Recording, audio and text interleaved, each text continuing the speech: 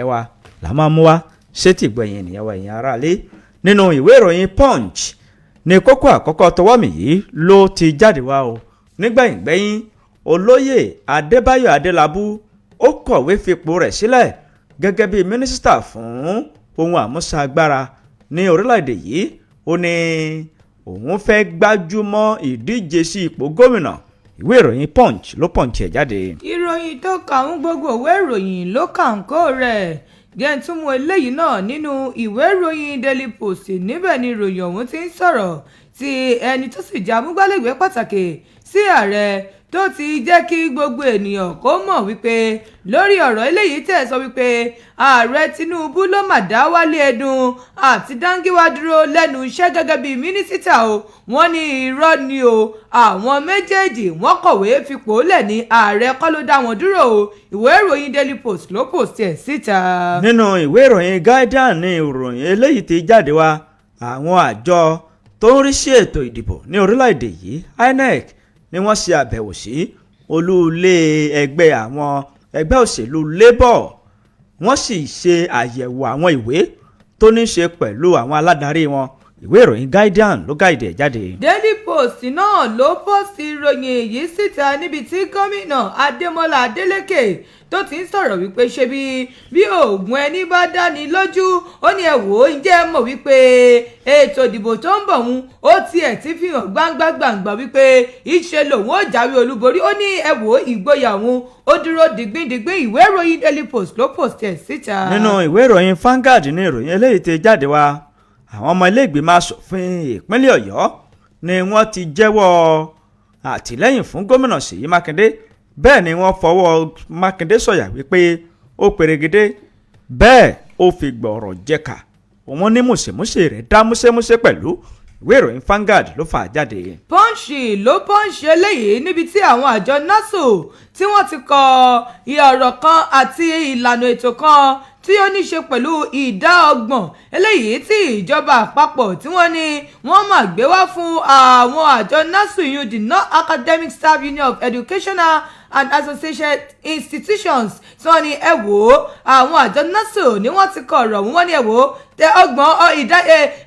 ìdá 30 àbí kílẹ̀ tiẹ̀ ti sọ àwọn òfẹ́ o wọ́n sì tún dúnkokò lórí wípé ìyanṣẹ́lódì wọ́n ní yóò gbẹnu léra wọn bó bá ti di ọjọ́ kìíní oṣù karùn-ún ọdún tí a wà yìí ìwé ìròyìn Punch ló Punch ẹ̀ síta. nínú ìwé ìròyìn Punch náà ni mo rí ìròyìn títí ọwọ́ mi yìí ilé ẹjọ́ ni wọ́n ti fi àwọn tí wọ́n fẹ́ dìtẹ̀ gbàjọba lọ́wọ́ ààrẹ Aṣíwájú Bọ́lá Ahmed Tinubu wọ́n fi wọ́n sí gbàgà o nínú àkóló àwọn àjọ DSS pẹ̀lú bí ìgbẹ́jọ́ wọn bó ṣe wáyé ní àná ìwé ìròyìn Punch ló Punch ẹ̀ jáde. ètò ìdìbò sípò gómìnà ní ọdún 2027 wà láìtẹ̀lẹ́ ìbí ogun ni èmi kọ́ ni mo sọ ọ́ Délé Mọ̀mọ́dù ló ní ètò ìdìbò sípò gómìnà ní ọdún 2027 ó ní ẹ wò ogun wọ́wọ́wọ́ ni ìwé ìròyìn Punch ló Punch ẹ̀ síta. gómìnà ìpínlẹ̀ Ondo Lucky Ayédatiwa orí mi sàn ló ti fi ọ̀rọ̀ ìkìlọ̀ léde o wípé kò gbọ́dọ̀ sí ìkórajọpọ̀ àwọn ẹgbẹ́ kankan tàbí kí wọ́n máa ní àwọn ń ṣe ẹgbẹ́ akẹ́kọ̀ọ́ wọ́n ní kò sí nǹkan tí ń jẹ́ bẹ́ẹ̀ mọ́ o nínú Ondo Poly ìwé ìròyìn The Nation ló dì jáde. àgbáríjọpọ̀ ẹgbẹ́ àwọn ọmọlẹ́yìn Kristi ni wọ́n mà ti sọ̀rọ̀ àwọn kan ni wọ́n ti sọ̀rọ̀ lórí olùṣọ́ àgùntàn kan eléyìí tó sọ̀rọ̀ nípa Oyèdépò Adébóyè àti Kúmúyì wọ́n sì ní irú ọ̀rọ̀ bẹ́ẹ̀ kò yẹ kó máa jáde nígboro ayé o ìwé ìròyìn Punch ló Punch ẹ̀ síta. nínú ìwé ìròyìn Daily Post ní ìròyìn eléyìí ló ti jáde wá akẹ́kọ̀ọ́ kan tí àwọn agbésùnmọ̀mí tí wọ́n jí gbé tí wọ́n fi fọ́nrán fídíò rẹ̀ síta níbi tí wọ́n ti ń dídùndú ìyà jẹ arákùnrin ọ̀hún wọ́n ní ó ti gba ìtúsílẹ̀ báyìí gẹ́gẹ́ bí fídíò tuntun tí wọ́n ṣẹ̀ṣẹ̀ fi léde bó ṣe wí ìwé ìròyìn Daily Post ló post ẹ̀ jáde. ọ̀gá àgbà fún iléeṣẹ́ ọlọ́pàá lórílẹ̀‐èdè wa Nàìjíríà Dísù ló mà ti ṣèpàdé pọ̀ pẹ̀lú adarí àgbà fún àjọ NAPTIP tó sì ń sọ fún wọn wípé ẹ wò ó mo fọwọ́ sọ̀yà wípé lórí à ń fi àwọn ọmọ ṣe òwò ẹrú wọn ní òfin àti ìgbésẹ̀ eléyìí tó lọ́rìn yóò wà lórí irúfẹ́ àwọn tó ṣorí nǹkan bẹ́ẹ̀ ìwé ìròyìn Daily Post ló post ẹ̀ síta.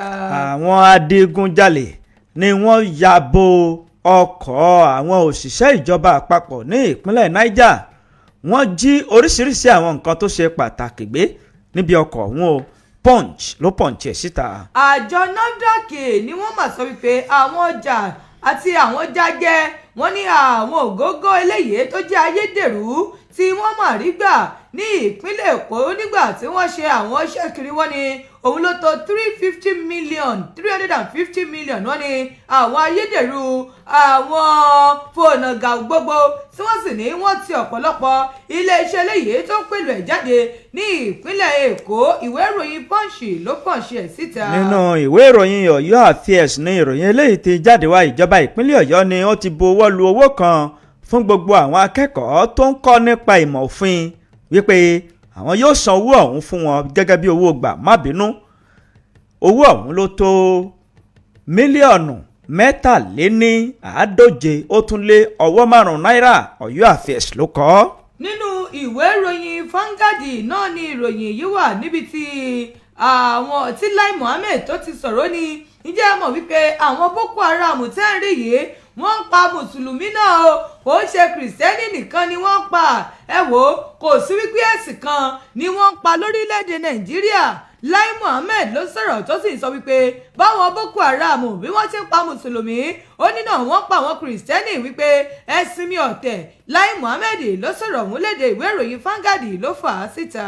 àwọn kókó yìí àti kókó míì láwọn àmú wa ṣètì gbọ́ ẹ̀yin ènìyàn wa ẹ̀yin aráalé eléyìí náà là á ṣe ń ṣe yín pẹ̀lẹ́ lónìí ọjọ́bọ̀ yìí o kiri ńlá kó bọ̀ sílé wa torí pé ilé báyìí ni ìbọ̀ yìí bọ̀ sí igbe ilé o lẹyẹ òrìrì ń ké kí arí tiwa ṣe o níbi àyè yòówù tá a bá wà láṣẹ Ọlọ́run aláwùrábí ká má ṣe bá aráyé fọwọ́ tì í kí ire wa kó tó wa lọ́wọ́ kí òǹgbà kó má gbàrí ọwọ́ dànù láṣẹ Ìdùmarè.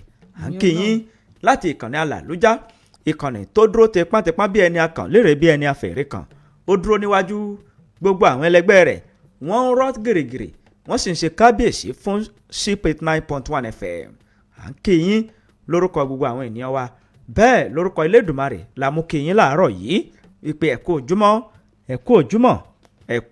wọn a kú àjísòde lónìí òyì yóò sàn wá o bẹ́ẹ̀ ànírà rìn fẹsẹ̀ sí ogunkógun kò ní ìborí wa o ogun ó délé kò délé oroko kòdókò toko orokodoko orokoto kò ní jẹ́ tiyín bẹ́ẹ̀ ni kò ní jẹ́ tiwa láàárọ̀ yìí à ń kí yín wípé ẹ kú ìdarapọ̀ mọ́ wa bóyá ẹ̀yin ṣẹ̀ṣẹ̀ ń gbọ́ ìkànnì yìí fún ìgbà àkọ́kọ́ ó ṣeé ṣe kó rí bẹ́ẹ̀ ìkànnì Alàlújá lẹ̀ ń gbọ́ o ìkànnì 99 pẹ̀lú ìyànmọ́sí tó gbé owó kan pọ̀n ìlú òkè o la dúró sí ìlú òkè o la wà níjọba ìbílẹ̀ Kájọlà la ti ń dún sínú afẹ́fẹ́ tá à ń ṣe kìíní ọ̀hún tó nítumọ̀ débi tó lápẹẹrẹ dójú òkodoro ń wá pé kámádé ìnàpẹ̀nu abẹ́rẹ́kiri adégbìtẹ́ lórúkọ mi lórúkọ ẹnìkejì mi. ẹ̀yin ará ilé ẹ̀ka rẹ̀ kò jùmọ̀ níbi gbogbo eléyìí tí ẹ ti ń gbé ìkànnì CP89.1 FM tá a fi kalẹ̀ sílùú òkè ò níjọba àbílẹ̀ Kájọlà ní ìpínlẹ̀ Ọ̀yọ́ lágbára Ọlọ́run gbogbo wa lónìí àánú Ọlọ́run ojú rere Ọlọ́run kò ní fàyè wa sílẹ̀ o a kí wa káàbọ̀ sórí àkóso ètò àjímúná ẹ ṣeun o fún ìfẹ́ tí ẹ ní sí wa ní gbogbo ìgbà ìfẹ́ wa kò ní bàjẹ́ àjọṣe wa náà sì ní dàrú ìfẹ́ wa dalẹ̀ yóò dalẹ̀ o dandan ni yóò dalẹ̀ a tún wá ń ròyìn pé ẹgbẹ́ ìpolówó yín wá sí kàn ní CP89.1 FM kábàáyín bẹnu ajélù àwọn ọjà tó ṣe tíkọ́tíkọ́ ńlẹ̀hún wà láìtẹ́lẹ̀ kò tí ì dé kàn ní wa ni o bó bá dé ìkànnì wa tá a bá báyín bẹnu ajélù ẹ rí bí gbogbo ẹ̀ ó ṣe máa ta wàràwàrà ẹgbẹ́ ìpolówó yín wá sí kàn ní CP89.1 FM lágbára Ọlọ́run ajé yóò sì máa wá o ìtura olúwa ọmọ adẹ́nìjì òun náà lórúkọ tèmi ẹ kú ojúmọ́ ẹ̀yin aráalé. tó ẹ kú ojúmọ́ ẹ̀yin aráalé káwọn nù ìròyìn ọ̀hún náà ló kù torí pé tá a bá ti débi iṣẹ́ báyìí ṣíṣe là á ṣe ìkan kì í tijú àmọ́lé bẹ́ẹ̀ ni ìran irun wọn kì í tijú àmúyẹ̀nà alápàǹdẹ̀dẹ̀ wọn ìtijú àmọ́ ògèrè níta gbangba káwọnú ìròyìn ọ̀hún ká máa tu ní ìpele bí aṣọ ìyẹ̀lẹ̀ ká gbọ̀n yẹ́bẹ́yẹ́bẹ́ gẹ́gẹ́ bó ṣe wà nínú ọ̀kan ọ̀jọ̀kan ìwé ìròyìn ojoojúmọ́ ilé wa tó jáde láàárọ̀ yìí nínú ìwé ìròyìn Punch ní ìròyìn títí ọwọ́ mi yìí ló fẹjú kẹ̀kẹ́ sí nígbẹ̀yìngbẹ̀yìn olóyè Adébayo Adelabu ó padà kọ ìwé fi ipò rẹ̀ sílẹ̀ o gẹ́gẹ́ bí mínísítà tó ń rí sí ọ̀rọ̀ agbára ní orílẹ̀-èdè yìí ó sì ṣàlàyé ní pẹ̀lẹ́kùtù wípé òun yóò mójútó ìdíje sí ipò gómìnà tí òun wá torí wípé nǹkan tá a bá lè mójú kúrò níbẹ̀ á mójútó ni. ológun ẹ̀rú kú wọ́n tú páńṣá aṣọ rẹ̀ ó jẹ́ ọ̀kan ṣoṣo torí pé nǹkan tí ń dunni òun ní pọ̀ lọ́la ẹni òun ni mínísítà náà ló fi awo ọ̀rọ̀ òun dá ló fi kọ ìwé fi ipò rẹ̀ sílẹ̀. mínísítà tó ń rí sí ọ̀rọ̀ agbára ní orílẹ̀-èdè nàìjíríà Oloye Adebayo Adelabu ló ti jẹ́ kó di mímọ̀ wípé òun ti kọ ìwé fi ipò òun sílẹ̀ o. ẹ̀yin ènìyàn tẹ́ ń wò wípé òtítọ́ ni àbí irọ́ ni ó ti di òtítọ́ báyìí. eégún tó bá ti jáde sí ìgboro ayé ó ti kú òní a kì í wò ó gẹ́gẹ́ bó ṣe wí o. ó kọ̀wé fi ipò òun sílẹ̀ lánàá òde yìí ọjọ́ 22 oṣù kẹrin tí a wà yí ọdún 2026. nínú ọ̀rọ̀ rẹ̀ ó sì ṣàlàyé síwájú sí wípé bí òun ṣe kọ̀wé fi ipò òun sílẹ̀ yìí 30 oṣù kẹrin òun náà ní kinní ọ̀hún ni yóò múlẹ̀ tí òun yóò sì mẹ́sẹ̀ gbé. ìyẹn ni wípé 30 oṣù kẹrin òun ni yóò yẹ̀bá pátápátá kúrò lórí ipò tó dì mú nínú ìwé ọ̀hún tó fi ṣọwọ́ sí ilé ààrẹ èyí tí ó dé ọwọ́ iléeṣẹ́ ààrẹ ní orílẹ̀-èdè nàìjíríà. ló ti ṣàlàyé pé pẹ̀lú ọkàn ọpẹ́ sí Elédùmarè sí ọlọ́run sí ààrẹ aṣíwájú Bọ́lá Ahmed Tinubu tó kà mí yẹ gẹ́gẹ́ bí mínísítà tó ń rí sí ètò ọ̀rọ̀ agbára àti iná mọ̀nàmọ́ná ní orílẹ̀-èdè yìí. mo dúpẹ́ púpọ̀ lọ́wọ́ yín bàbá kọ́lọ́run jẹ́ kí orílẹ̀-èdè nàìjíríà kó máa tẹ̀síwájú bẹ́ẹ̀ kí ààrẹ Tinubu kóun náà máa tẹ̀síwájú nínú àlàáfíà ara tó péye. mínísítà náà ó ní òun gbé ìgbésẹ̀ yìí láti jẹ́ kó di mímọ̀ wípé nǹkan tó bá wuni ó wuni náà ni kò sí nǹkan tá a lè fi wé ó wuni náà ni o. wọ́n ní nǹkan tó wuni kó kọjá wọ́n ní èyí tó wuni èyí òun náà kó kọjá o èwo lánà wọ́mú èyí tó wuni ni.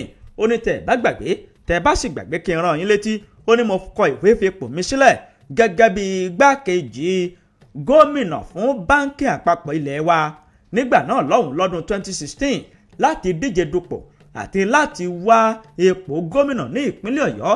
ó nítorí pé òun ní àdìsọ́kàn tó múnádóko láti jẹ́ kí ti kéré-tìkèrè àwọn ọmọ ìpínlẹ̀ ọ̀yọ́ kí wọ́n jẹ mọ̀kúndùn ètò ìṣèjọba àwarawa. ó ní ìdí èyí ni òun fi gbé ìgbésẹ̀ náà nígbà náà lọ́hùn-ún. ó ní báyìí o mo tún gbé ìgbésẹ̀ yìí torí wípé mo ní ìfẹ́ sí ipò gómìnà ìpínlẹ̀ ọ̀yọ́. ìwé ìròyìn Punch ó kọ gùn bí ìwé ìpẹ̀jọ́ ẹ lọ mú kẹsìrì ẹ níbẹ̀. nínú ìwé ìròyìn Daily Post náà ni ìròyìn yìí wà níbi tí ẹni tí ṣe amúgbálẹ́gbẹ̀ẹ́ pàtàkì lórí ọ̀rọ̀ tó bá ní ṣe pẹ̀lú ìmọ̀ràn sí ààrẹ Bọ́lá Tinubu lórí ọ̀rọ̀ ìròyìn àti ìlanilọ́yẹ̀ Báyọ̀ Ọ̀nànúgà ló mà ti sọ̀rọ̀ tó sì ti ní gbogbo ohun tó rùn ún lẹ̀ ẹ jẹ́ ń sọ̀rọ̀ lé lórí o kí afẹ́fẹ́ kó lè fẹ́ sí gbogbo òórùn eléyìí tó gbalẹ̀ lórí ọ̀rọ̀ wípé ààrẹ Tinubu ló mà júwe lọ́jọ́ kó jẹ fún Wálé Ẹdùn àti Dáńgíwá ẹni tí ṣe mínísítà méjèèjì yìí ẹni tí ṣe amúgbálẹ́gbẹ̀ẹ́ pàtàkì sí ààrẹ lórí ọ̀rọ̀ ìròyìn àti ìlànà gbogbo Báyọ̀ Ọ̀nànúgà òun ló mà ti sọ wípé ẹ wò ó ṣe rí gbogbo ọ̀rọ̀ tí gbogbo yín ń gbé kiri nígboro ayé yìí òfegè gbà ní lórí ọ̀rọ̀ mínísítà fún ètò ìsúná èyí òun Wálé Ẹdùn àti mínísítà fún ọ̀rọ̀ ilé Musa Dáńgíwá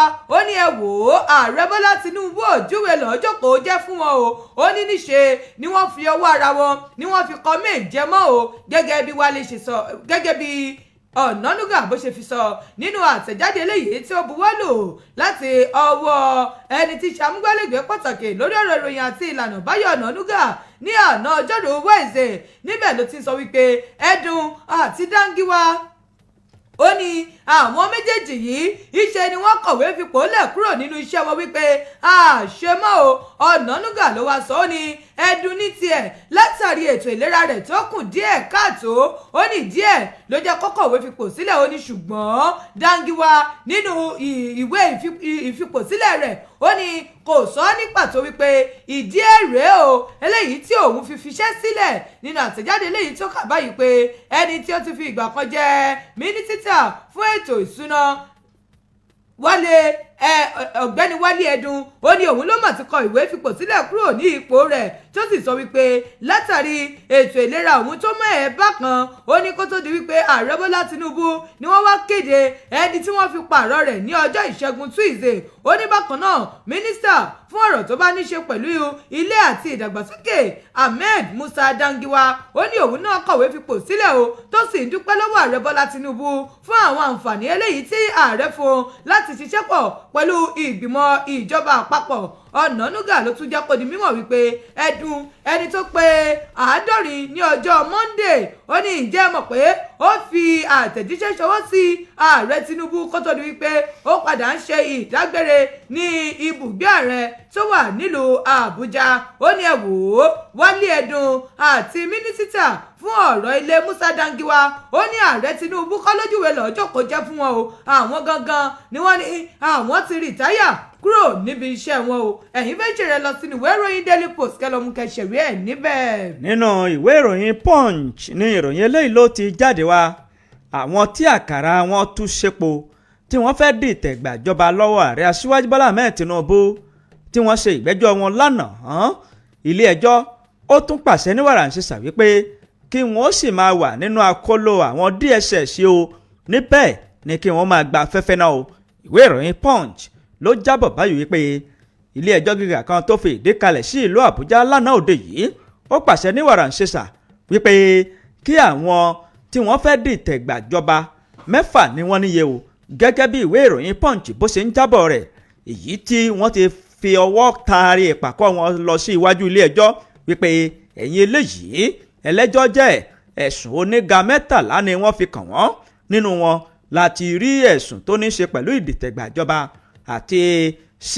lílẹ̀dí àpò papọ̀ pẹ̀lú àwọn agbésùmọ̀mí àti àwọn ẹ̀sùn míì ọ̀rọ̀ náà ló di mímọ̀ nínú àtẹ̀jáde kan tí ìwé ìròyìn Punch tó jẹ́ kó tó fi léde tó sì ń ṣàlàyé wípé nígbà tí ìgbẹ́jọ́ ọ̀hún bẹ̀rẹ̀ ẹni tó ń rí sí ọ̀rọ̀ ètò ìdájọ́ ní orílẹ̀-èdè Nàìjíríà Lateef Fagbemi tó jẹ́ adájọ́ àgbà òun ni ó fi ohun náà lérè tó sì sọ pé àwọn ènìyàn yìí wọ́n ti ta ṣe àgẹ̀rẹ̀ agbẹjọ́rò àwọn tí wọ́n fẹ̀sùn kàn ló bá bẹ̀rẹ̀ sí ní ṣàlàyé ní pẹ̀lẹ́kùtù yìí pé àwọn oníbàárà òun wọn ò gbọ́ èdè míì tó ju èdè Arabic àti èdè Haúsá lọ ìgbà tí ìgbẹ́jọ́ ọ̀hún tó ti tẹ̀síwájú ní nǹkan bíi aago 2 ó kọjá ìṣẹ́jú 18 ni àwọn tí wọ́n fẹ̀sùn kàn wọ́n bá bẹ̀bẹ̀ wípé àwọn ò jẹ̀bi ẹ̀sùn tí wọ́n fi kàn wọ́n o nígbà tí adájọ́ tó ń gbọ́ ìgbẹ́jọ́ náà ó wọ̀ tún ó wò sí ó sì fi gègé lu yín kékéńkéké ó ní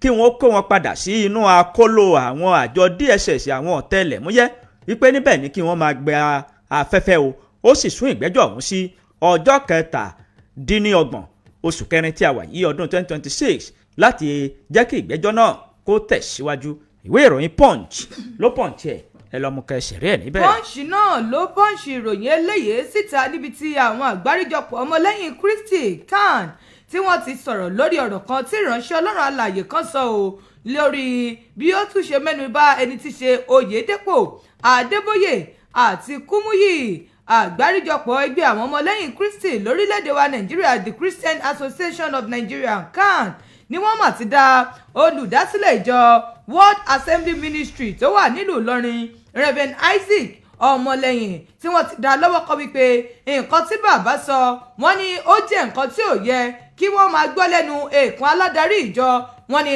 lórí bí wọ́n ṣe sọ̀rọ̀ sí ọ̀rọ̀ tó ní ṣe pẹ̀lú àwọn ọmọ wọn lẹ́yìn Kristi lórílẹ̀‐èdè wa Nàìjíríà àwọn àgbáríjọpọ̀ ẹgbẹ́ ọmọlẹ́yìn Kristi ni wọ́n kọ àhesọ ọ̀rọ̀ kan eléyìí tí wọ́n ní wọ́n bàbá sọ lórí wípé bí wọ́n ṣe ń ṣe wípé bí ìyapa ṣe wà ní agbo onígbàgbọ́ àti wípé bí wọ́n ṣe ń ṣe ìlòkulò ọ̀pọ̀lọpọ̀ àwọn owó eléyìí tó ń balẹ̀ sọ́wọ́ wọn tí wọ́n sì ṣàpèjúwe ọ̀rọ̀ ọ̀hún gẹ́gẹ́ bí àṣìgbọ́ àti òfégé ìròyìn nínú àtẹ̀jáde eléyìí tí wọ́n fi léde ní ọjọ́rú Wednesday látọwọ́ ààrẹ àwọn àgbáríjọpọ̀ ọmọlẹ́yìn Kristi lórílẹ̀‐èdè wa Nàìjíríà Archbishop Daniel Oko ló sọ wípé àwọn ẹgbẹ́ náà àwọn ẹgbẹ́ ọmọlẹ́yìn Kristi wọ́n ní wọn ò ní gbà kí wọ́n máa lo àwọn ọ̀rọ̀ àlùfàǹṣá sí ìjọ Ọlọ́run.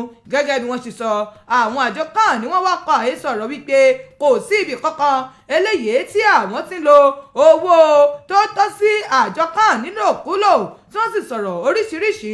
Bẹ́ẹ̀ wọ́n tún sọ̀rọ̀ wípé àwọn ò ní gbà kí wọ́n máa fi ẹ̀sùn kan àwọn aládarí ìjọ kọ̀ọ̀kan. Wọ́n ní eléyìí tó lè fa wàhálà nínú ìjọ Ọlọ́run gbogbo.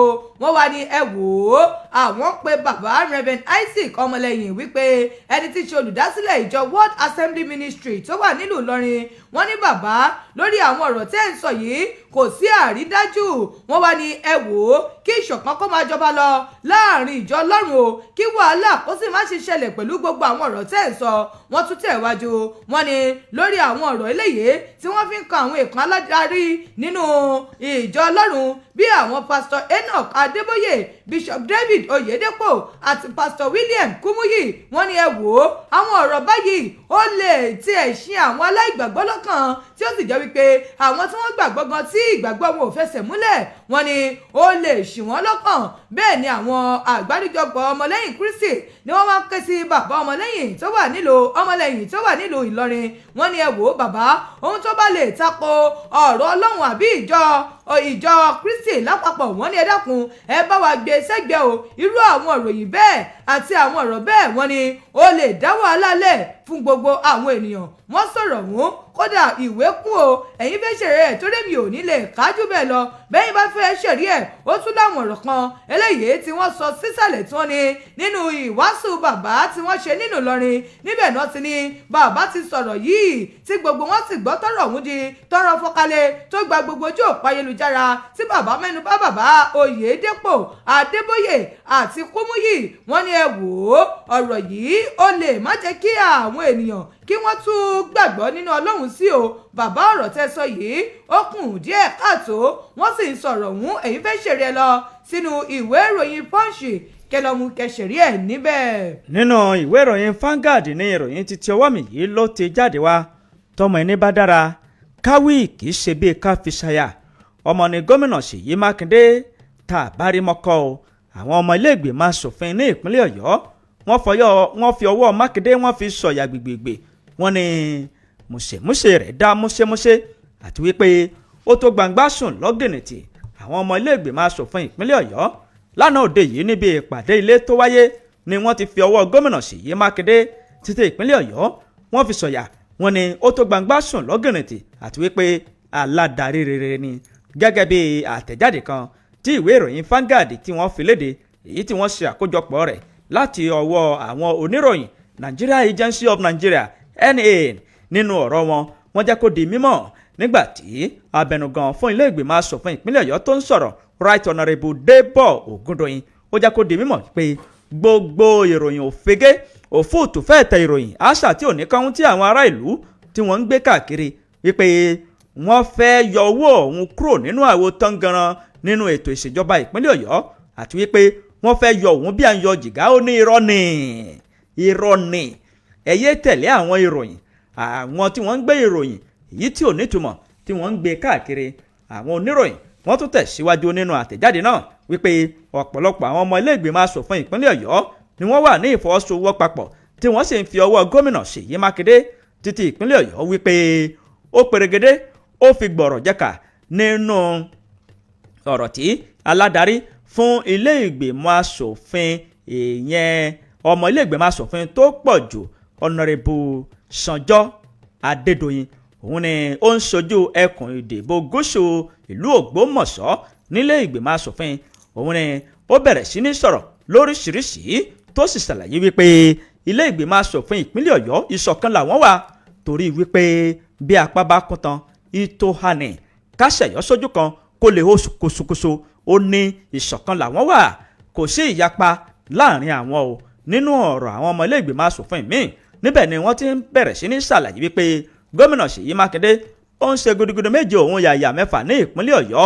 fún ìdí èyí àfọwọ́ Mákindé sọ̀yà ẹnìkan tó jẹ́ igbákejì agbẹnusọ fún ilé ìgbìmọ̀ asòfin ọ̀gbẹ́ni Mohammed Fadeyi, òun náà ni ó kéjì àbá tí àwọn ọmọ ilé ìgbìmọ̀ asòfin dá wípé àwọn fi ọwọ́ Mákindé sọ̀yà àti wípé ó tó gbangba sùn lọ́gìnìtì nínú ọ̀rọ̀ kan tí Mr. Gbénga Oyèkọ́lá tóun náà sọ tó ń ṣojú ẹkùn ìdìbò Àtìbà.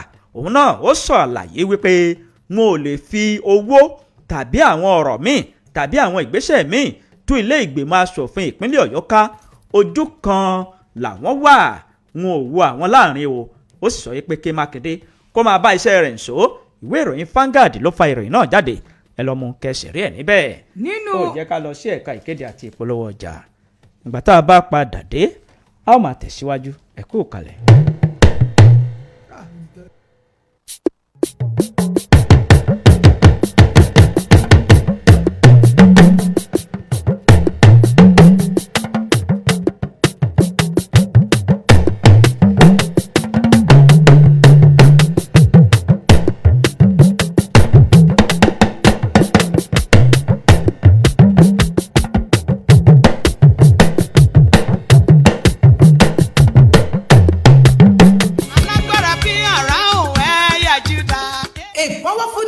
Àṣálẹ́ agbára ìjọ Christ Gospel Apostolic Church CGSO Kowe àti agbègbè rẹ̀ pé gbogbo èèyàn síbi àṣálẹ́ agbára tó lóṣooṣù eléyìí tó máa ń wáyé ní gbogbo ọjọ́ ẹtì tó bá gbẹ̀yìn oṣù last Friday of every month. Tóṣù yìí tún ti wọlé dé wẹ́rẹ́ o nínú ìjọ CGSO Òkè Àlàáfíà agbègbè Lẹ́pẹ́ lẹ́yìn ilé ìtajà Amos láfihàn ìṣà òkè òní yóò ti máa wáyé ní gbogbo ọjọ́ ẹtì tó bá gbẹ̀yìn oṣù. Agogo 11 ni ètò náà yóò máa gbéra sọ. Ètò tí a pè ní àṣálẹ́ agbára. Àwọn ìránṣẹ́ Ọlọ́run fún ètò náà ni wọ́n yí Lady Evangelist Rahim láti ìlú Olúwa, Pastor Adédoyin láti Ìdólókò, Pastor Adéṣọpé láti Ìṣíà, Pastor Mákindé láti ìlú Òlérò, Pastor Adéníran láti ìlú Olúwa àti Pastor Akínọlá tí wọ́n ṣe alábòjútó ìjọ CGSO Òkè àti agbègbè rẹ̀ àti Apostle AA Ìbòsíọlá tí wọ́n jẹ́ ààrẹ káfọ̀tà fún ìjọ CGSC káàkiri àgbáyé. Wá jẹ́ kájọ gbàdúrà, àdúrà nìkan la lè fi rìn nínú oṣù títún.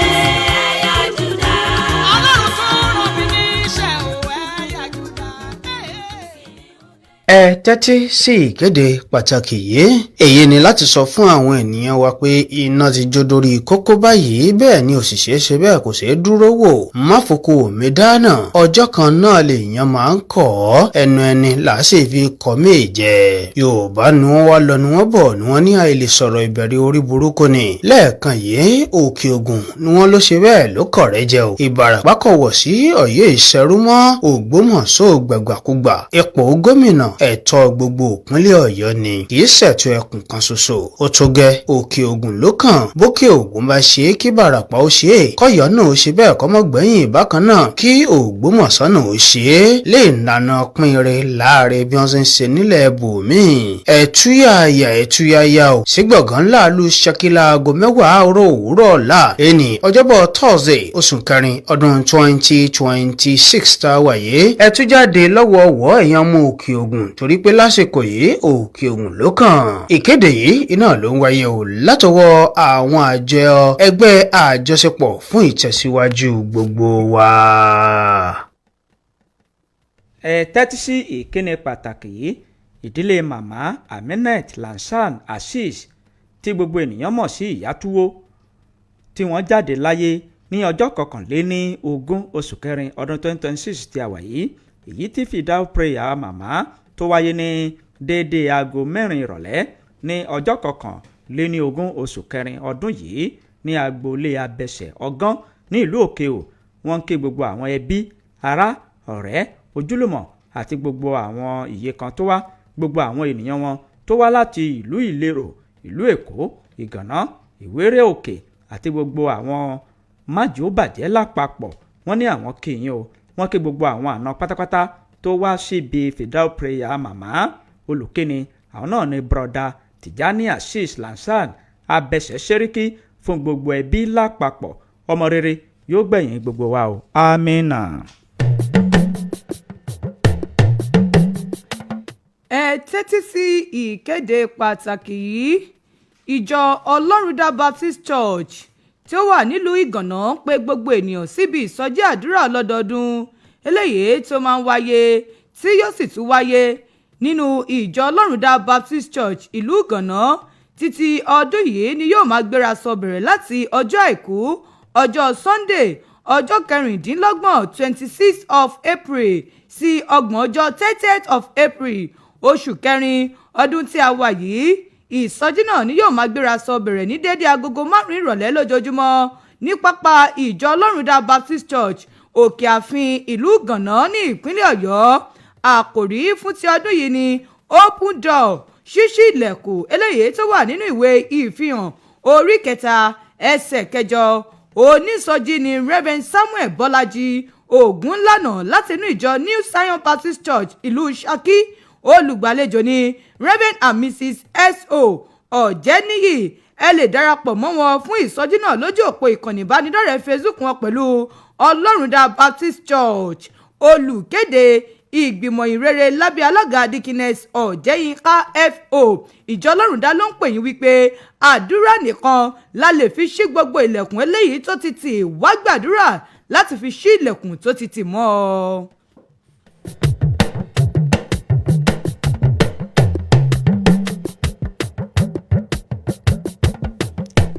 ẹ tẹ́tí sí ìkéde pàtàkì yìí. Ìjọ Kérúbù àti Sẹ́ráfù ní gbogbo ìlú Ìgànná àti agbègbè rẹ̀ ni wọ́n ń kí bàbá aládùúrà káàbọ̀ sílùú Ìgànná. Bàbá aládùúrà àgbáyé His Most Eminence Dr. David D.L. Bob Emmanuel Orímọládé ẹlẹ́ẹ̀kẹsàn-án Orímọládé ọmọ tún ọláṣe ẹ káàbọ̀ sí ìlú Ìgànná.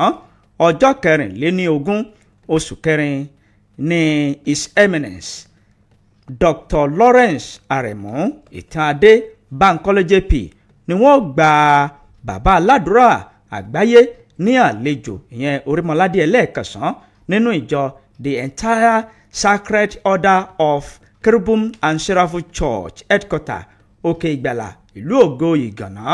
Oríṣiríṣi ètò ni wọ́n ti là kalẹ̀ ní ọjọ́ náà. Lára ètò tí wọ́n ti là kalẹ̀ ní Parade in Gala ní aago 8 òwúrọ̀ sí aago 10 òwúrọ̀ ní ètò náà yóò wáyé. Ordination training ní aago 10 òwúrọ̀ sí aago 12 ọ̀sán. Ìpàdé àwọn aládarí pẹ̀lú bàbá aládùúrà Orímọládé ẹlẹ́ẹ̀kẹsàn-án. Ètò ìfinijoyè òun ni wọ́n fi káàdì ètò ọ̀hún nílẹ̀ ní àárín aago 2 ọ̀sán sí aago 4 ìrọ̀lẹ́. Àwọn ìgbìmọ̀ fún ètò yìí ló ń kéde.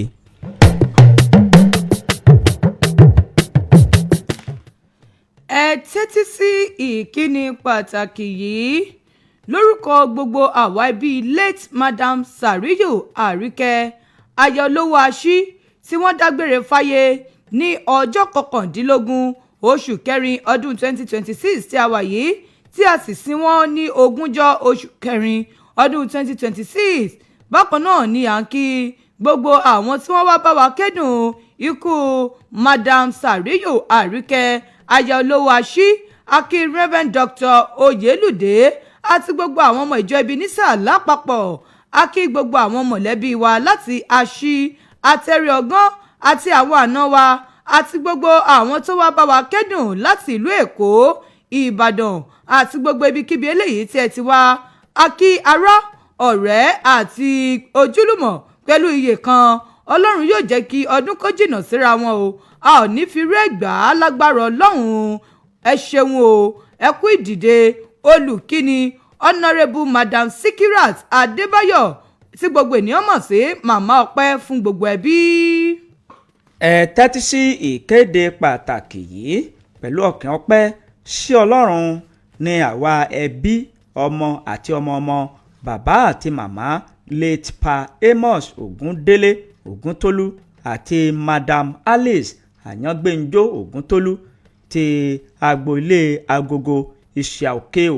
Wọ́n fi ń kéde ayẹyẹ ìsìn ìkẹyìn àti ìdúpẹ́ ìjáde òkú àwọn òbí wọn Pa Amos Ògúndélé Ògúntólú àti Madam Alice Àyàngbénjó Ògúntólú tí yóò wáyé ní ọjọ́ 24 oṣù kẹrin tí a wà yìí ní ọjọ́ Ẹtì Friday. Ní ètò ọ̀hún yóò wáyé nínú ìjọ onítẹ̀bọmi kínní Ìṣàòkèò First Baptist Church Ìṣàòkèò ní déédéé aago 10 òwúrọ̀. Tayẹyẹ bẹ́ẹ̀ ni ètò ọ̀hún yóò fi wáyé ní orí pápá ìṣeré Ìṣà ní ilé ẹ̀kọ́ Ìṣà, ìyẹn ilé ẹ̀kọ́ alákọ̀ọ́bẹ̀rẹ̀ Ìṣà ní ìlú Òkèò, ìyẹn First Baptist Day School Ìṣàòkèò. Olùkéde ajínrere Gbénga Ògúndélé fún gbogbo ẹbí.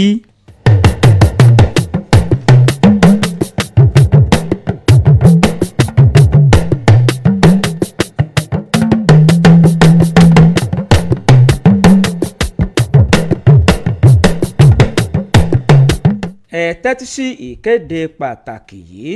Gbogbo ẹbí màmá wa Aishat Àbíkẹ́ ní agboolé Adékídẹró Kílàńkó Bòdè Òkè-ò. Wọ́n ń kí ẹbí ará ọ̀rẹ́ àti ojúlùmọ̀ tó wá síbi ètò 3 days federal prayer eléyìí tí a ṣe fún ìyá wa ní ọjọ́ 22 oṣù kẹrin tí a wà yìí ọdún 2026.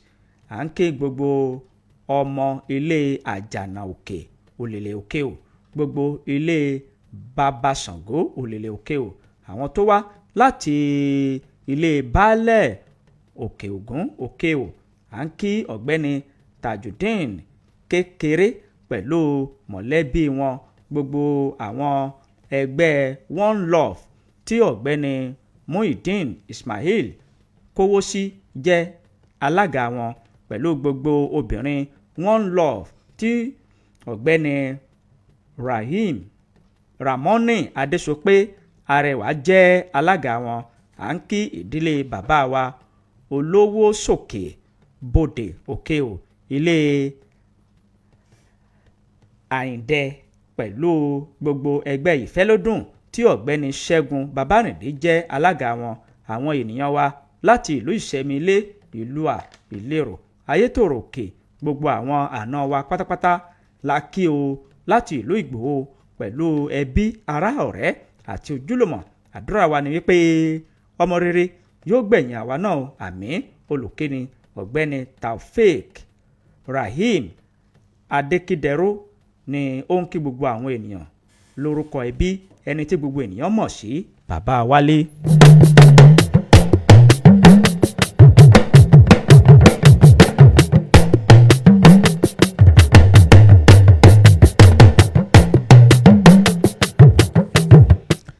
Tẹ́tí sí ìkéde pàtàkì yìí. Iléeṣẹ́ Ralac Ventures wọ́n ń lo àsìkò yìí láti fi tó gbogbo àwọn ènìyàn ìlú Òkè-ò àti agbègbè rẹ̀ létí wípé àwọn sì wà ní ìlú Òkè-ò lónìí yìí o, ọjọ́ 23 oṣù kẹrin ọdún 2026, fún gbogbo àwọn ènìyàn wa tí wọ́n fẹ́ ṣe àmúlò masíìnì ìgbàlódé. Masíìnì náà ló na kàṣẹ apá, kàṣẹ ẹsẹ̀, oríkèéríkèé ara kó máa faniṣo, tàbí kí àyè kan kó má ṣe jẹ́ kẹ́yà ṣàmúlò rẹ̀ bó ṣe tó àti bó ṣe yẹ. Wọ́n sọ wípé ẹ máa bọ̀ wá kẹ́ ẹ wá lo masíìnì yìí kó bá yín wá ojútùú àti ọ̀nà àbáyọ sí àwọn kùdìẹ̀kudiẹ kan tó ṣeé ṣe kó máa báni fínra nínú àgọ́ ara ẹni. Iléeṣẹ́ Ralac Ventures wọ́n ní tó bá di ọjọ́ àbámẹ́ta àti ọjọ́ ìsinmi Sunday ni àwọn yóò fi wà ní ìlú Ìṣẹ́yìn fún gbogbo àwọn ènìyàn wa tí wọ́n fẹ́ lo masíìnì titun ìgbàlódé. Wọ́n ní tó bá di ọjọ́bọ̀ tó kẹ́yìn oṣù àti ọjọ́ ẹtì tó kẹ́yìn oṣù, àwọn wà ní ìlú Àgọ́ Àrẹ láti máa dá àwọn ènìyàn wa lóhùn ní ìlú Àgọ́ Àrẹ. Bẹ́ẹ̀ ni oògùn sì wà fún títà fún gbogbo àwọn ènìyàn tí wọ́n fẹ́ ra oògùn kan tàbí tí wọ́n fẹ́ jẹ́ alágbàtà. Wọ́n ní àwọn wà ní ìlú Òkè-ò báyìí.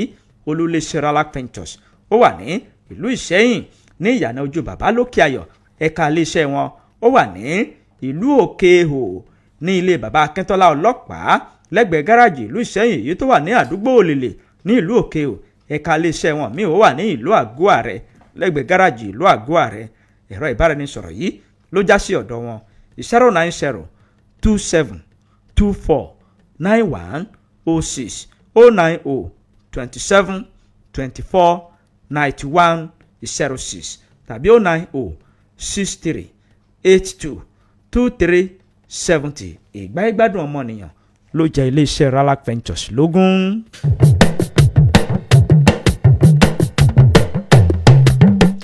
Bákan náà ká tún máa fi tó àwọn èèyàn wa létí wípé ìpàtẹ ọjà wa tí a máa ń ṣe ní gbogbo ọjọ́ ìṣẹ́gun Tuesday yóò tún tẹ̀síwájú ní ọ̀sẹ̀ tó ń bọ̀. Tuesday ṣé ọ̀sẹ̀ tó ń bọ̀ wá ni àbúyé yìí tó ń bọ̀ lọ́hùn-ún? No, ọ̀sẹ̀ tó ń bọ̀ ni. ọ̀sẹ̀ tó ń bọ̀ wá. Tuesday so wọ́n tún bọ̀ wá ta ọjà fún wa pẹ̀lú ògọ́lọ́run. Gbogbo àwa tá a bá fẹ́ ice block, gbogbo àwọn èèyàn pè ní ìjẹta wípé àwọn ò rí omi a sọ pé tó bá fẹ́ omi kó pè wá kó dẹ̀ wá fi orúkọ sílẹ̀ àti owó díẹ̀ tẹ́ owó yín ò bá tiẹ̀ tí pé ẹ gbọ́dọ̀ tiẹ̀ san half. Báyìí aláṣẹ àti olùdásílẹ̀ iléeṣẹ́ wa wọ́n tiẹ̀ wá tún ti ṣe ìrọ̀rùn fún wa tẹ́lẹ̀tẹ́lẹ̀ ilé ìtàn gbé wá fún wa ní ọ̀sẹ̀ tó lọ 1-2 látà ṣùgbọ́n báyìí wọ́n ti ní kátà fún yín ní 1,000 naira. 1,000 naira. 1,000 naira. Blọ́ọ̀kù tó dúró kakaraka. kódà eléyìí tí àwọn èèyàn rà arẹ́ni tó ní láti àárọ̀ tóun ti rà tó fi di alẹ́ kò yọ. ó sì tutù nǹkan tó kó sí. bẹ́ẹ̀ ni 1,000 naira ní báyìí ẹni tó bá fẹ́ block ẹ wá sọ iye tẹ fẹ́ ra ẹ̀sìn mú owó wá ká sọ pé tẹ fẹ́ ra 5 tẹ bá kówó 3 kalẹ̀ á ti mọ̀ wípé ó tọ̀ òun nìkan ṣe. ó nìkan ṣe ṣùgbọ́n pé ẹ wá búkú blọ́ọ̀kù 5 ní wá kò sáyè rẹ̀ ẹni tó bá fẹ́ block ẹ pè mí kẹ wá fi orúkọ sílẹ̀ àti iye tí ẹ fẹ́ tí wọ́n bá dẹ̀ ti wá lọ́jọ́ Tuesday wọ́n á bá yín gbé blọ́ọ̀kù wá bẹ́ẹ̀ sì ni gbogbo ẹ̀yin tí ẹ wà ní ìlú kan tí ẹ fẹ́ kí wọ́n gbé mọ́tò wá fi ta ọjà ń bẹ̀ gbogbo yín ẹ jẹ́ ká mọ̀ ẹ̀yin tẹ́ bá fẹ́ kí wọ́n wá ẹ lè pè mí náà lẹ́yìn ètò ìlú yẹn kò wá ṣe pé bóyá tí wọ́n débẹ̀ tó yẹ pé wọn ò ní rí ọjà ta o ibi tẹ́ mọ̀ wípé bóyá ọjà tí wọ́n bá gbé débẹ̀ yóò yá òun ni kẹ́ jẹ́ ká mọ̀ àti rí àwọn kan tó ti pè wá lọ́nà jì ó wípé kí wọ́n wá wọn ó sì lọ pẹ̀lú ògo Ọlọ́run ẹ̀yin ìlú tẹ́ wá tún fẹ́ kí wọ́n wá náà ẹ jẹ́ ká mọ̀ lágbára Ọlọ́run gbogbo wa náà ni ata wàràwàrà bógo tí ń jẹ́ ti Ọlọ́run ẹ ṣeun o tí ẹ̀ ń gbé ìkànnì sí 89.1 FM ẹ sì ṣeun tí ẹ̀ ń bá wa dòwò pa iléeṣẹ́ yín kò ní jóná o bẹ́yìn náà ṣe máa ń gbà fún wa iléeṣẹ́ yín kò ní jóná ọjà tí náà yóò sì máa tẹ̀wájú bógo tí ń jẹ́ ti Ọlọ́run bí ó ṣe ẹ̀já tẹ̀wájú.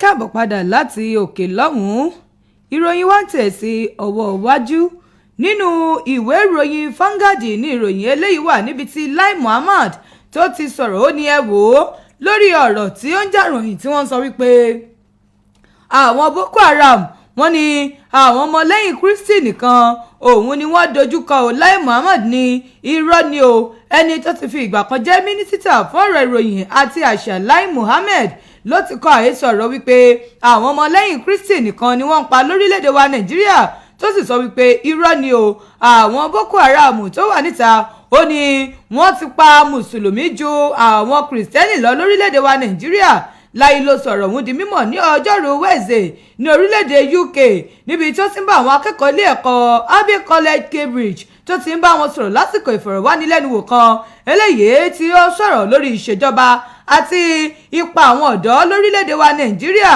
nígbà tó ń fèsì sáwọn ìbéèrè eléyìí tí ọ̀pọ̀lọpọ̀ àwọn ènìyàn bí lórí inúnibíni eléyìí tí wọ́n ṣe sí àwọn ọmọlẹ́yìn Kristi àti gbogbo àwọn ẹlẹ́sìn ẹni tó ti fi ìgbà kan jẹ́ mínísítà ọ̀hún ló wá ṣàpèjúwe ọ̀hún wípé pípa eléyìí tí wọ́n ní wọ́n ń pa àwọn kìrìsìtẹ́nì lórílẹ̀‐èdè wa Nàìjíríà ó ní òfegè àti àṣìdarí òun ní irúfẹ́ ọ̀rọ̀ bẹ́ẹ̀ ó ní nǹkan tí ò yáwó èèyàn ní wípé ṣé rí ní ayé tí a wà yìí ayé tó ti fẹjú yìí ó ní ọ̀pọ̀lọpọ̀ àwọn mùsùlùmí òun ni wọ́n mà ṣekú pa ju àwọn kìrìsìtẹ́nì lọ́gán ó ní ẹ wò ó ṣùgbọ́n ọ̀rọ̀ tí wọ́n ń gbé kiri pé àwọn kìrìsìtẹ́nì nìkan ni wọ́n dojúkọ ó ní irọ́ ni o ó ní òfegè ìròyìn ni ó wá rọ gbogbo àwọn eléṣọ́ aláàbò ó ní ṣe mọ̀ wípé ohun tó bá ń jáde lẹ́nu yín báyìí òun náà ni ọ̀pọ̀lọpọ̀ ó rí mú o.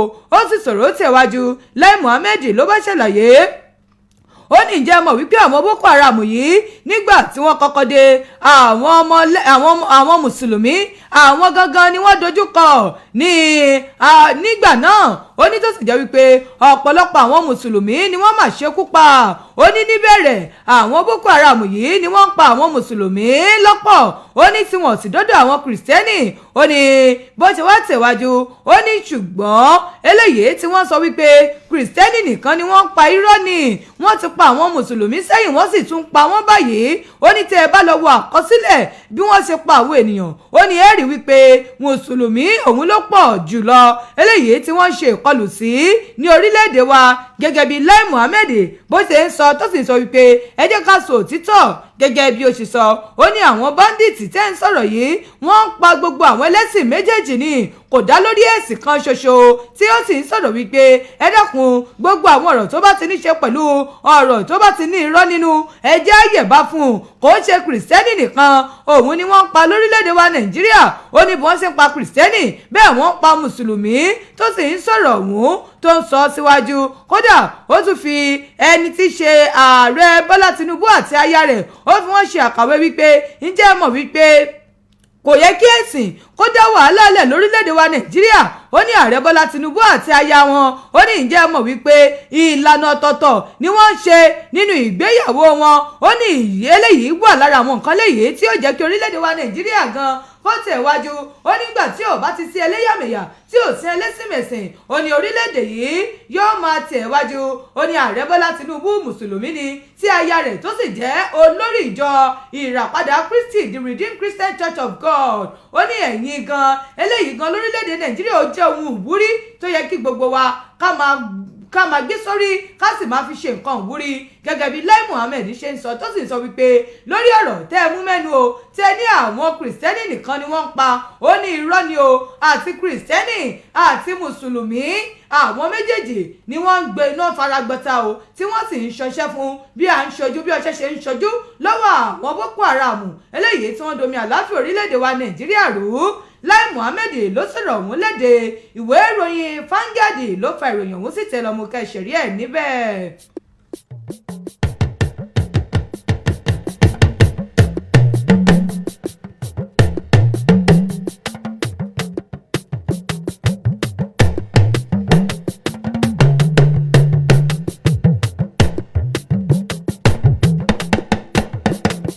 abala tá a dé yìí abala tẹ́ ti bá wa dá ṣe ni ẹ jẹ́ ká ṣe ojú òpó kalẹ̀ a sì ti ṣe ojú òpó ọ̀hún kalẹ̀ gan báyìí kẹ́ ẹ bá wa pẹ̀kẹ́lù ọ̀kan ìjọ̀kan ìròyìn yìí tí a ti mọ́ wá ṣe tí ìgbọ́ yín kí ni ìwòye yín nípa rẹ̀ ìròyìn tí a ti kà èwo lẹ fẹ́ bá wa dá sí kẹ́ ẹ dá sí ní èyí tó lọ lórí afẹ́fẹ́ kẹ́ ẹ dá sí ní ìbámu èyí tí òwe tí gbọ́ tí ò sì ní tàbùkù ẹnikẹ́ni 070 47 7064 lójú òpó tó já sí ọ̀dọ̀ wa níbí 070 47 7064. ẹ kú ojúmọ́ o. hello akójúmọ́ abẹ́rẹ́kẹ́rẹ́. ẹ káàárọ̀ sà. ìtura olúwa àpò ètò àlejò lówó láti ìlú Wèrè ló ń sọ̀rọ̀. ẹ kú ojúmọ́. ọ̀rọ̀ tí èmi fẹ́ dá sí lórí àwọn tí wọ́n ń sọ nípa pé bóyá àwọn kìrìsìtẹ́nì àbáwọn mùsùlùmí ni àwọn Boko Haram ń pa jù gbogbo ohun tó bá máa dá wàhálà lẹ̀ lórí èdè tá a wà yìí kí wọ́n má jẹ́ máa sọ sáwọn eléyìí fẹ́ mọ̀ pé kìrìsìtẹ́nì lẹ́nìkẹ́ni ṣé ibi tán lọ yabò wọn ní chọ́ọ̀chì àbí ibi tán lọ yabò wọn ní mọ́tíláṣí ibi tán ń ṣe tàn sí ìdán ṣe gbogbo nǹkan bẹ́ẹ̀ wọ̀nyẹn síbẹ̀ láti sọ pé báyá wọ́n dájú bí ẹ̀sìn kẹ́ gbogbo ohun tó bá máa dá wàhálà lẹ̀ ẹ má jẹ́ máa sọ Nàìjíríà oníbàjẹ́ o má sàlà. 070 47 7064 ní ojú òpó tó já sí ọ̀dọ̀ wa níbí 070 47 7064. hello ẹ kú ojúmọ́. ẹ káàárọ̀ tí kò lè bàjẹ́ o. Wálé ọmọlówó aṣí láti aṣí kingdom lókè o. ẹ káàárọ̀ sà. lórí ọ̀rọ̀ tí bàbá tó sọ kẹ́yìn sọ lèmi náà tún fẹ́ sọ. káyé wo pé àwọn pípa èèyàn tàbí jíjẹ́ àwọn èèyàn gbé pé mùsùlùmí nìkan tàbí kírísítẹ́nì nìkan ni ká ló yẹ kí wọ́n pàdé rí nínú gbogbo wa. torí náà kọ́ n ti bẹ́lẹ̀ yìí ó ti kọjá pé kírísítẹ́nì nìkan ni wọ́n fèsì tàbí mùsùlùmí nìkan ni wọ́n fèsì o. àtẹ́lẹbọ gbogbo everybody ni wọ́n ń touch. torí náà kọ́ Ọlọ́run kó gbàdúrà wa kó bá wa ṣe kí security yìí kó dúró déédéé o wálé ọmọ olówó wa ṣe látàṣí kingdom lókè o. ẹ ṣeun Mr. Wálé. àwọn afẹ̀míṣòfò ọ̀hún ajàmálmàlà ni wọ́n kọ́lọ́run kó gbà wá ní orílẹ̀-èdè yìí. ẹ ló ẹ kú ojúmọ́ o. ẹ lọ káàárọ̀. ẹ káàárọ̀ orúkọ yín o. iléeṣẹ́ sípò oníjóná o. àmín àmín àmín. orúkọ tèmi náà àti ṣe àpíà atóríṣe láti òkè súnmọ́ láti ṣe àti ẹ káàbọ̀ ọlọ́run sórí ní kí nàìjíríà bàjẹ́ nípa ọ̀rọ̀ tó ń sọ pé àwọn boko haram tó fẹ́ muslim kírísítẹ́nì kẹ́ wọ́n pa ọmọ pa muslim kọ̀ọ̀ṣẹ́ tí wọ́n pa àmúgbà àwọn tó ń ṣe burúkú yìí náà kọ́nà jẹ́ wọ́n pa á sí kọ́nà jẹ́ kí nàìjíríà ọ̀dà nàìjíríà ò ní dàrú o ẹ̀yin tẹ́ ń sọ̀rọ̀ náà wọn ò ní jí ń gbé o àmín ìlú òkè lápapọ̀ kò wá ní bàjẹ́ o àmín. orúkọ tèmi náà àfíìsì àbíà atóríṣe láti òkè súnmọ́ God bless Nigeria bye bye. bye bye gan ni. èbó ni. bye bye bye bye àwa náà ṣe bye bye sí yín. 07047777064 hello. ẹ kú ojúmọ́ o. ẹgbẹ́ òsókè díẹ̀ o. orúkọ mi Solomoni Bùsáyọ̀ láti Ṣẹ̀yìn Ilé. à ń gbọ́ yín o. ọ̀rọ̀ àwọn tí wọ́n mú tí wọ́n sì ṣẹ̀gbà ìjọba ó jẹ́ pé ọ̀gágun ni wọ́n àwọn ni wọ́n sàn ń ṣe agbódegbà tí ayé tá a fi wá ìṣe tó sì dá báyìí ìwàkiwà yìí tó sì dá tó rọrùn ọ̀dà báyìí ọmọ èèyàn kan náà jọ ní gbogbo wa ẹ̀yìn tí ọlọ́rọ̀ ó ṣe kírísítẹ́nì ó ṣe kírísítẹ́nì àti kìí ṣe bẹ́ẹ̀ yẹn náà jọ ní gbogbo wa ọmọ ọ̀sẹ̀gbọ́n tàbúrò ni wá tó yẹ ká pa ẹnìkan nítorí kíní kan ẹ̀yin ìjọba wa ẹ ronú o ẹ pìwàdà o. ẹ ṣé o bàbá a ní láǹfààní láti gbé ìpè kankan mọ́ báyìí kábọ̀mìlà díẹ̀ ní kékeré à ń padà bọ̀ wá ẹ kú kalẹ̀. ojúlówó ohun tó yọnu ìdodo nídajì ara ship 89.1 FM ní gbogbo ènìyàn ń polówó ọjà tí wọ́n fi ń jèrè rẹpẹtẹ olókoòwò ńlá olókoòwò kéékèèké ẹ máa bọ̀ ìrọ̀rùn ló bá dé lọ́dọ̀ tiwa èrè lobìnrin ń jẹ lábọ̀ ọjà ẹ bá wa dòwò pọ̀ kẹ́ ẹ jèrè rẹpẹtẹ.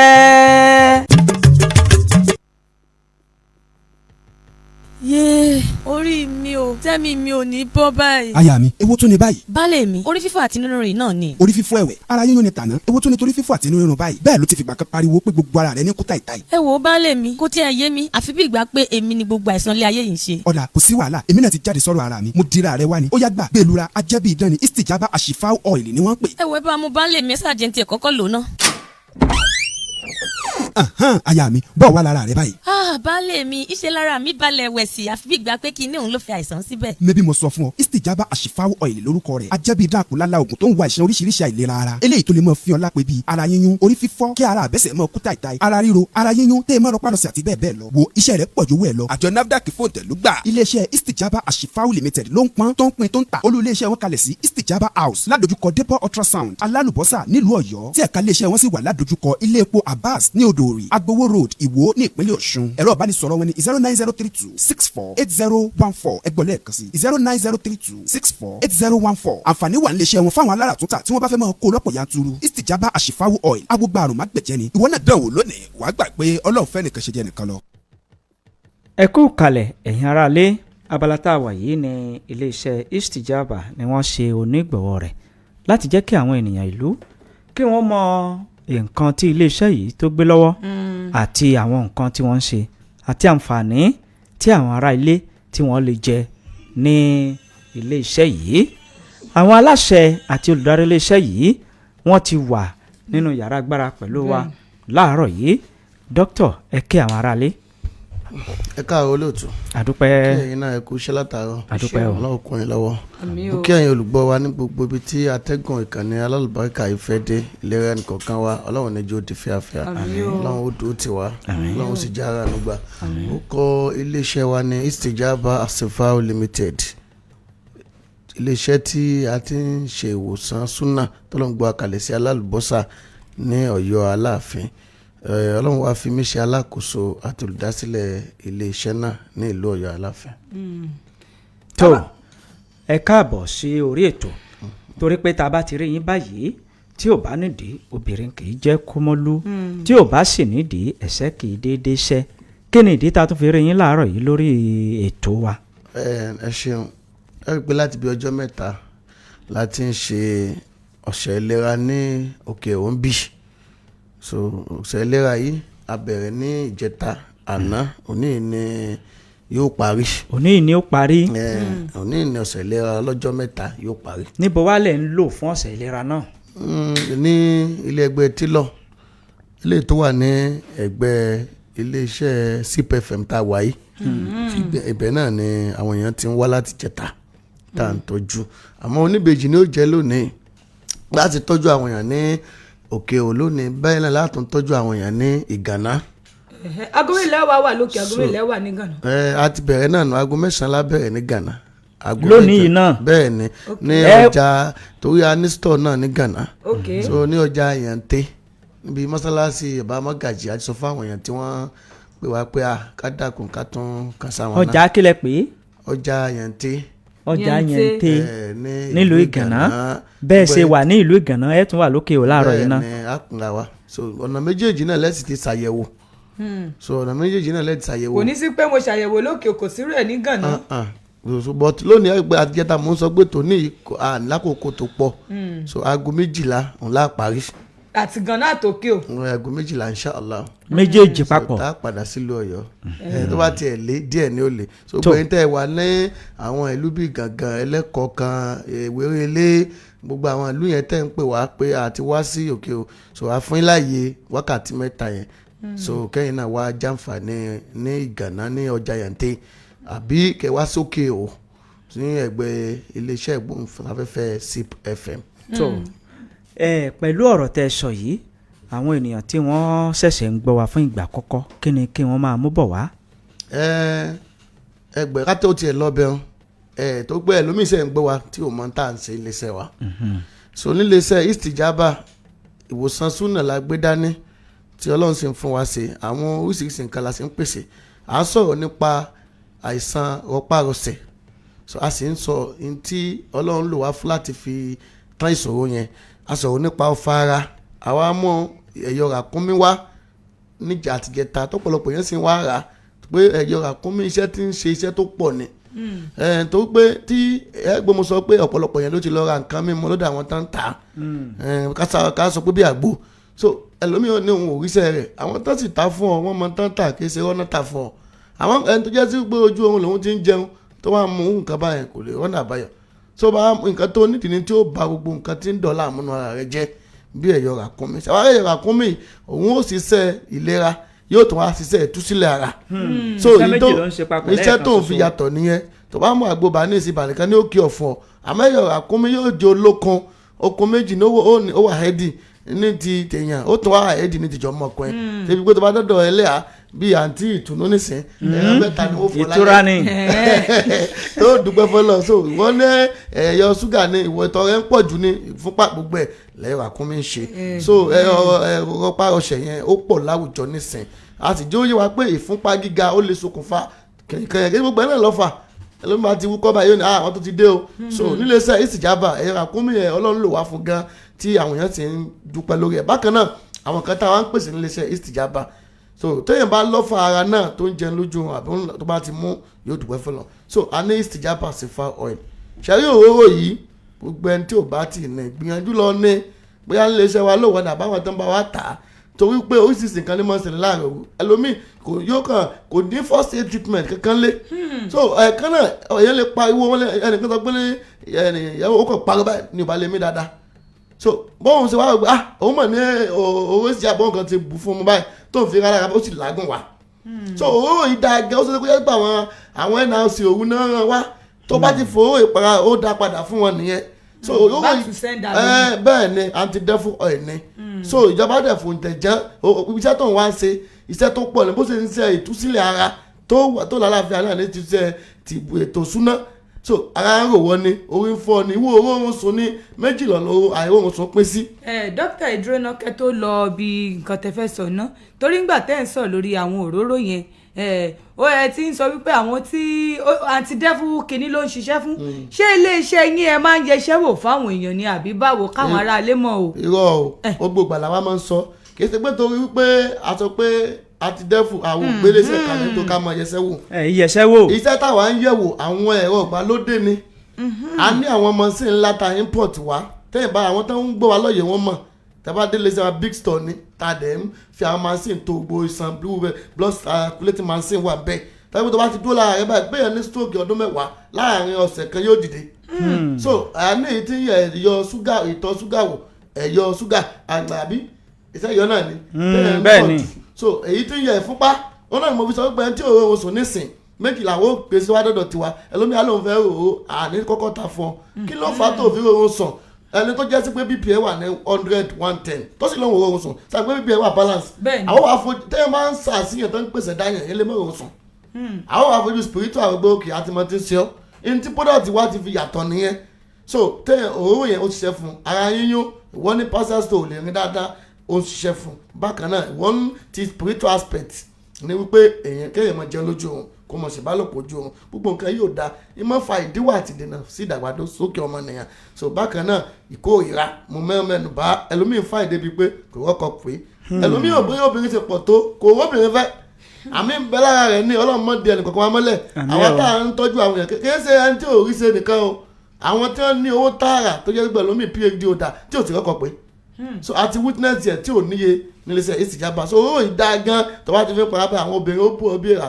so ó sì tún mọ ta ń sí àánú náà iṣẹ́ tó ń ṣe pọ̀ gan. àwọn ọkùnrin gidi ni ó bóyàn bí èèrà ní àbí ẹni àwọn. ṣé òun wọkọ ni.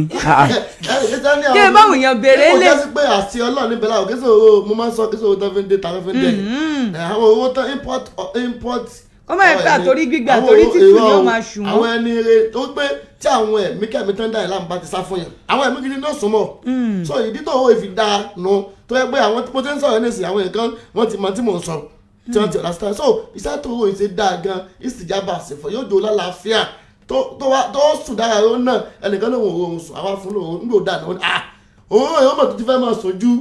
òun ti fẹ́ máa sùn jù. ọmọdé àwọn ẹ̀mí tí ó ń dọ̀là àmú tí òjò òun sọ wọ́n ti sá fún ọ kọ́lá bẹ́yẹ̀ ọ̀rọ̀ yẹn bá ń tà sí tẹ́ sọ̀rọ̀ Ṣakí tí ó mọ̀ sọ̀rọ̀ Ọ̀yọ́ ẹ máa fún lóore àwọn nrc kan ti dókòó tí wọ́n mọ̀ sọ̀rọ̀ gẹ̀nẹ́ tó ó dá bá náà lẹ̀ yàgùnmẹ́ lónìí ẹ̀yin tẹ́ bá oorun sùn tẹ́ ní àwọn bóyá ọ̀fà ara àbí ọ̀pá kòsẹ́ńdà ìlànà ẹ tètè máa bọ̀ wá kẹ ọ̀tọ̀ wípé wá ti di 12 lónìí àti close à ń padà sílùú Ọ̀yọ́ lọ́jọ́ ajé Monday ní Òkè Ògùn àti gbàǹfààní kan dìde wẹ̀yìn tẹlifíṣàn bá ajó nígbàtà alágbàtà so tẹ́yìn dààmú ibi ẹ ti mọ ríra àti ní store tá a sì sọ lójú ẹ̀ nílùú Sẹ́yìn àdúgbò wo ló wà nílùú Sẹ́yìn barracks area ní iléèwé Aman ní opposite Deeper Life Church so àwọn tí ẹ̀yin tẹ̀ wá lẹ́sẹ̀ ìjọ ajé Monday tí àwọn máa ń sìn wa tá à ń tẹ̀mọ́ nọ́mbà ẹ̀ mọ́ bá ń bẹ̀ àjígbé wá sókè ìròyìn àríná lónìí gbogbo àwọn máa sìn ẹ̀ tó bá lé arúgbó ńlé tí ò lè rìn dáadáa ẹ gbé wájọ Monday ọ̀sẹ̀ kan gbáko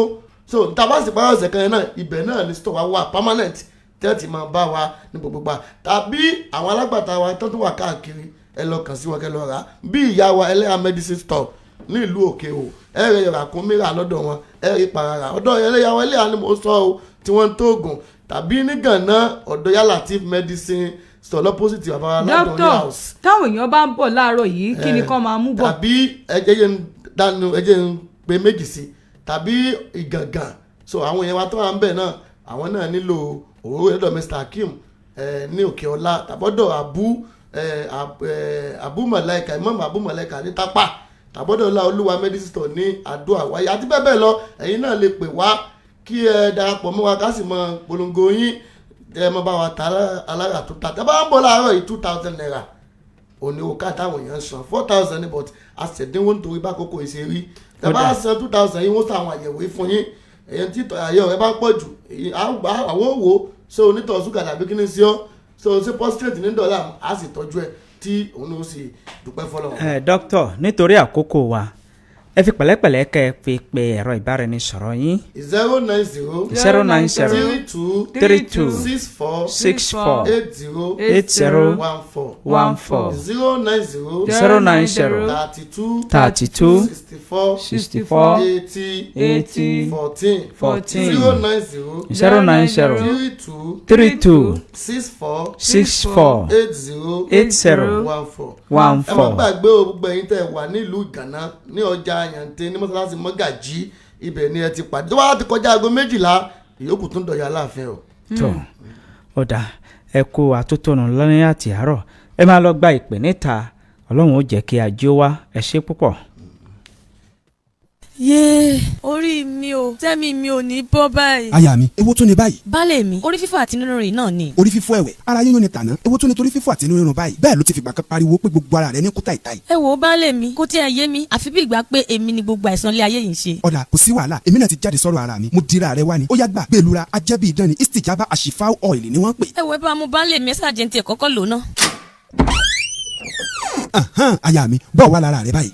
baálé mi iṣẹ́ lára mi balẹ̀ wẹ̀ sí àfi bí ìgbà pé kinní òun ló fi àìsàn síbẹ̀. mẹ́bí mo sọ fún ọ istijaba àṣìfáwọ́ oil lórúkọ rẹ̀ ajẹ́bí idán àkùnlálá oògùn tó ń wa ìṣàn oríṣiríṣi àìlera ara eléyìí tó lè mọ fi ọ lápẹ́ bíi ara yíyún orí fífọ́ kí ara àbẹ́sẹ̀ mọ kúta ìta ara ríro ara yíyún tẹ́ ẹ mọ́ rọpárọsẹ̀ àti bẹ́ẹ̀ bẹ́ẹ̀ lọ wo iṣẹ́ rẹ̀ pọ̀ ju owó ẹ̀ lọ. àjọ NAFDAC fòǹtẹ̀lú gbà iléeṣẹ́ istijaba àṣìfáwọ́ limited ló ń pọ́n tó ń pín tó ń ta olú iléeṣẹ́ wọn kalẹ̀ sí istijaba house ládojúkọ depot ultrasound alálùbọ́sà nílùú Ọ̀yọ́ tí ẹ̀ka iléeṣẹ́ wọn sì wà ládojúkọ ilé epo Abbas ní Odòòrì Agbowó road Ìwó ní ìpínlẹ̀ Ọ̀ṣun ẹ̀rọ ìbánisọ̀rọ̀ wọn ni 09032 64 8014 ẹgbọ́n lẹ́ẹ̀kan sí 09032 64 8014 àǹfààní wà níléeṣẹ́ wọn fáwọn aláràtúntà tí wọ́n bá fẹ́ máa kó lọ́pọ̀ yanturu istijaba àṣìfáwọ́ oil agbógbá àrùn má gbẹ̀jẹ̀ ni ìwọ náà dán wò lónìí wàá gbà pé Ọlọ́run fẹ́ nìkan ṣe jẹ́ nìkan lọ.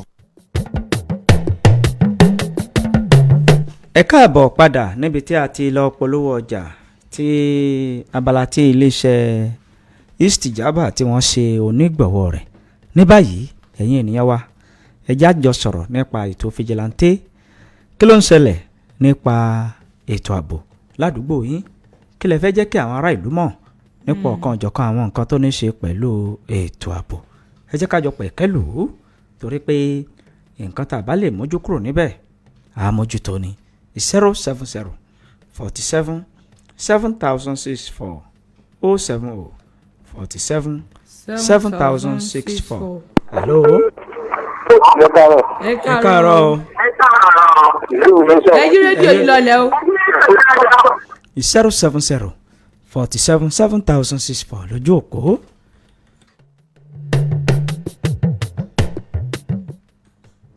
Hello.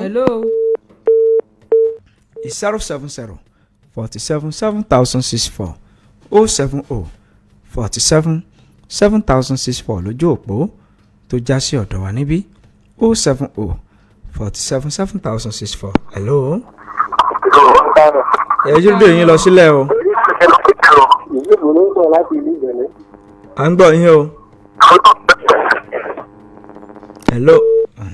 ojú òpó látọ̀dọ̀ yín ni ó ti já o 070 47 7064 lójú òpó tó já sí ọ̀dọ̀ wa níbí 070 47 7064 ní ojú òpó.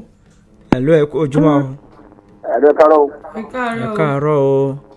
ẹ kú ètò orúkọ tèmi náà fífi àfíà àtúrìṣe láti òfin sílẹ̀ láti ṣàkóso ẹ kú ètò ọlọ́run ní bàjẹ́ nípa ọ̀rọ̀ àmì wa nígbà yín kákí nípa yín ẹ rò pé a máa ń tẹnu mọ́ àwọn yẹn gbọ́ àwọn yẹn ń tọrọ ń wòye wọ́n ti dá ásẹ̀lì kalẹ̀ ásẹ̀lì pọ̀ jù ẹlòmíín lálẹ́ ní masínì kò ní tẹ́lẹ̀ ẹlòmíín mọ́tò rẹ̀ kò ní tẹ́lẹ̀ lálẹ́ ojú kẹrọ tẹ́lẹ̀ ọ̀pọ̀lọpọ̀ ọjà lọ́wọ́ náà kíní kí ń dá ọ̀la kalẹ̀ kákí o kákí ní bàjẹ́ o òǹdó òfin ní bàjẹ́ dáàpọ̀ o ẹ̀yìn sọ̀rọ̀ ẹ̀yìn sọ̀rọ̀ sọ orúkọ tèmi àbújá àbíà àtúntò dáṣọ òkè sílẹ̀ God bless Nigeria.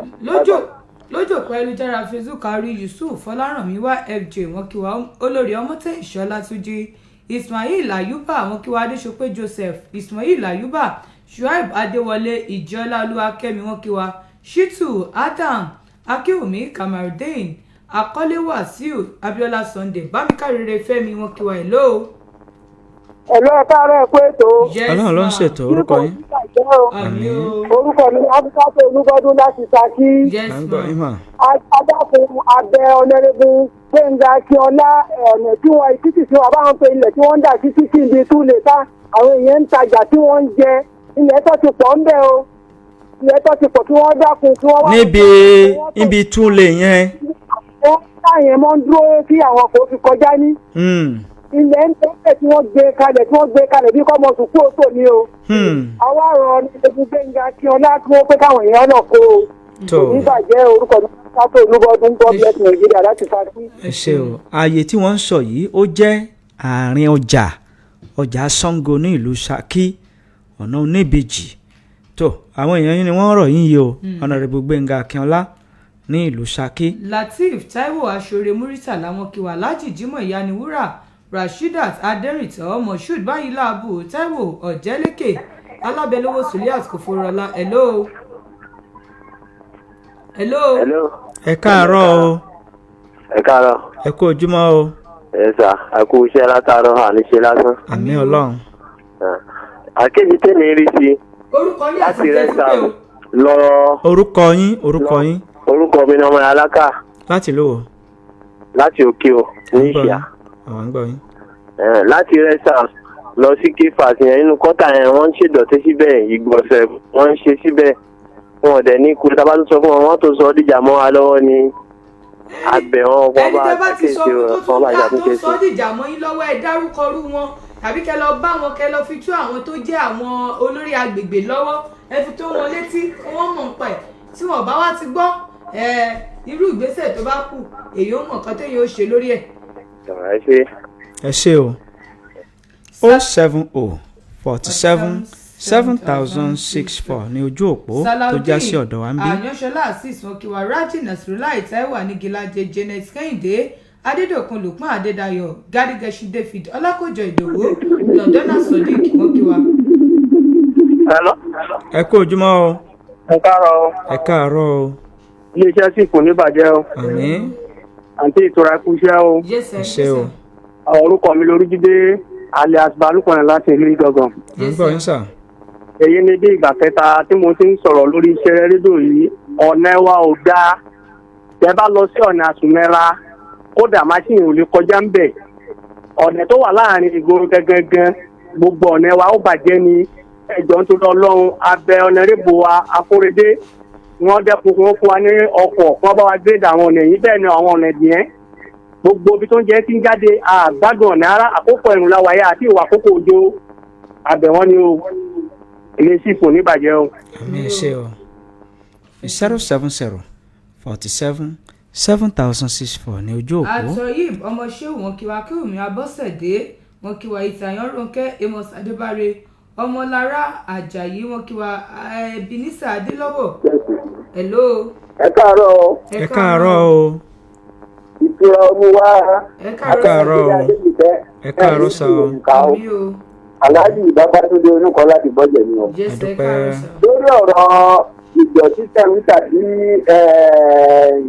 ètò ààbò tí òun níye yìí láàrin ìgboro yìí kò yẹ kó jẹ́ pé wọ́n sì fẹ́ máa sọ fún wa pé ká má máa ṣe ìdọ̀tí síbí yìí a ti mọ̀ wípé ìdọ̀tí yìí ní ìsinyìí ara ọ̀fẹ́ ṣùgbọ́n kí gbogbo wa ká dàpọ̀ ká máa tọ́jú ibi tá à ń bá ń gbé torí pé ìdọ̀tí yìí ni máa kó bá àgọ́ ara ni bẹ́ẹ̀ náà sì ni mo tún bàtẹ́ béèrè pé ọ̀nà ẹwà lọ́nà ẹ̀gbẹ́ ni àgbọ̀rò kẹ̀kẹ́ mọ́ kí wọ́n dàpọ̀ torí ọlọ́wọ́ òjò lóde yìí ẹ ti ń jáde wọ́n dàpọ̀ torí ọlọ́run ò ní ṣe wọ́n ní ajá má lè ṣe o ọlọ́run ó gbé parí rẹ̀ kó tó jẹ́ ẹ̀mí wa nífẹ̀ẹ́ tí kò ní bàjẹ́ wọn ò ní jẹ́ ẹ̀mí rẹ̀ gbé o. mi ò ẹ ṣeun. adéwọlé Michael Olúwatìmílẹ́yìn Tajudeen Alimi Balógun Fatai Adéoyè Abraham Olúwaníṣọlá Yusuf Taofeek Awáyéwá Ṣeré Ọdẹ́yẹmí Wàsíù Ọlámídé Akíntúndé Sulaiman Kọ́sìt Ọpẹ́yẹmí Alábí Shuaib Ògúndìran Ọládùnmọ́mi Margaret wọn kí wa Mujib Ọlámídé àwọn náà kí wa hello. hello ẹ káàárọ̀ o. ẹ káàárọ̀ o. mọ́nà aládà tó ní sọ̀rọ̀ láti sábò olúwo sábò olúwo. ọ̀yọ́. à ń gbọ́ yín. ọ̀nà tó lọ ọ̀nà tèmi di láti sábò yẹn kò tiẹ̀ da kankan pẹ́ẹ́pẹ́ tójú bá dé báyìí gbogbo àwọn ìyàwó wa ìtọ́jú bá ti ṣe mẹ́lẹ́ báyìí kódà ìtọ́jú bá ti ṣe mẹ́lẹ́ ọ̀kadà pé yóò rọ̀ náà wá àdúgbò wa nílé bàbá rẹ̀ ní ọlọ́ọ̀sọ ẹ̀dá fẹ́ràn níbi àwọn ìjọba wọn bá ràn wá lọ́wọ́ lórí ọ̀nà wa. kí ni orúkọ alága ìjọba àbílẹ̀ yín? kí ni orúkọ alága ìjọba àbílẹ̀ yín? Àtìbà ni Àtìbà. orúkọ alága ìjọba àbílẹ̀ Àtìbà. Àtìbà ẹ ni mọ̀ Àtìbálá ẹ mọ̀ orúkọ alága ìjọba ìbílẹ̀ yín. Akíìmù ni Akíìmù alága lẹ̀ ń dàkọ̀ Akíìmù ló kọ rẹ̀. tí ẹ pọ́n alága yín lé. Ẹni àpọ́nlé ni wọ́n. Ada alága wa Akíìmù. Ẹni ọ̀nẹ́rẹ́bù Akíìmù. Ok, ọ̀nàrẹ́bù Akíìmù. Ẹ fẹ́ kí èèyàn ó wá bá yín ṣe nǹkan. Ẹ fàpọ́nlé sí. Ẹ mọ̀ pé ipò tí wọ́n wà àwọn agbára ń bẹ lọ́wọ́ wọn. Ká ṣe. Prince Rasheed Adekunle Abiashila Adesina Thomas Bankole Bọ́sẹ̀ Samson Ọládèjì Adéṣọlá Adésínà wọn kí wa Salaudeen Ilyas Adéyẹmí Wàsíù Ọlálékan wọn kí wa Ṣẹ́gun Biggie Pink Orodele àwọn náà kí wa. Hello. Ẹ̀yin ẹ̀kọ́ ètò. Ẹ káàárọ̀ o. Akínyìn o. Àdúpẹ́. Àbíǹde ọ̀rọ̀ ọmọ jẹ́ o. Àṣẹ o. Bàbá Káúsára ní pè láti Gbòho. À ń gbọ́ yín sà. Ẹ dákun àwọn tí wọ́n polówó oògùn láìpẹ́ yìí nọ́mbà tí wọ́n ti síta láfẹ́kẹ́ bá wa sẹ́ǹdì ẹ dákun àrímú. Lẹ́yìn ètò. Ẹ dákun máa sẹ́ǹdì sórí nọ́mbà yìí. Ọ̀dà lẹ́yìn ètò ṣe gbọ́ 070 47 7064 ní ojú òpó tó já sí ọ̀dọ̀ wa níbí 070 47 7064 ní ojú òpó. Sanusi Lateef Okiwa Ibrahim Sakariyao Nasiru Taofeek Fatai Ẹlẹ́sìn Solomon Ọpẹ́yẹmí wọn kí wa Bernard Adélọ́wọ̀ Ọlábíntán Samson Àgbàrálówó Wàlíù Ọpẹ́yẹmí Raji Isiaq Fárìntọ́ Michael Ìyanolúwa àwọn náà kí wa. Hello. Ẹ káàárọ̀ àti ìtura. Ẹ kú ojúmọ́ o. À ń gbọ́ yín o. Hello. 070 47 7064 ní ojú òpó. Ọláwùmí Báyọ̀nlé wọn kí wa Bíọ́dún Ìṣẹ́mi Ansat Hasan àwọn náà kí wa lójú òpó ayélujára Facebook ẹ ṣeun o.